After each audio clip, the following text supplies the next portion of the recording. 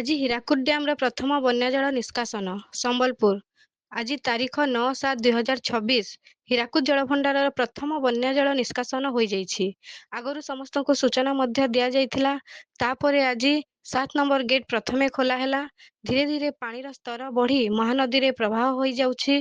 ଆଖପାଖ ଅଞ୍ଚଳବାସୀଙ୍କୁ ଅନୁରୋଧ ମଧ୍ୟ କରାଯାଇଛି ଯେମିତି ଯାହାର କିଛି ଅଘଟଣ ନ ହେଉ ତାହା ପ୍ରତି ଡ୍ୟାମ କର୍ତ୍ତୃପକ୍ଷଙ୍କ ତରଫରୁ ବିଶେଷ ସୂଚନା ମଧ୍ୟ ରହିଛି। ଯଦି ଆଗକୁ ବର୍ଷା ଲାଗି ରହିଲେ ତାହେଲେ ଆହୁରି ମଧ୍ୟ ଗେଟ୍ ଖୋଲାଯାଇପାରେ।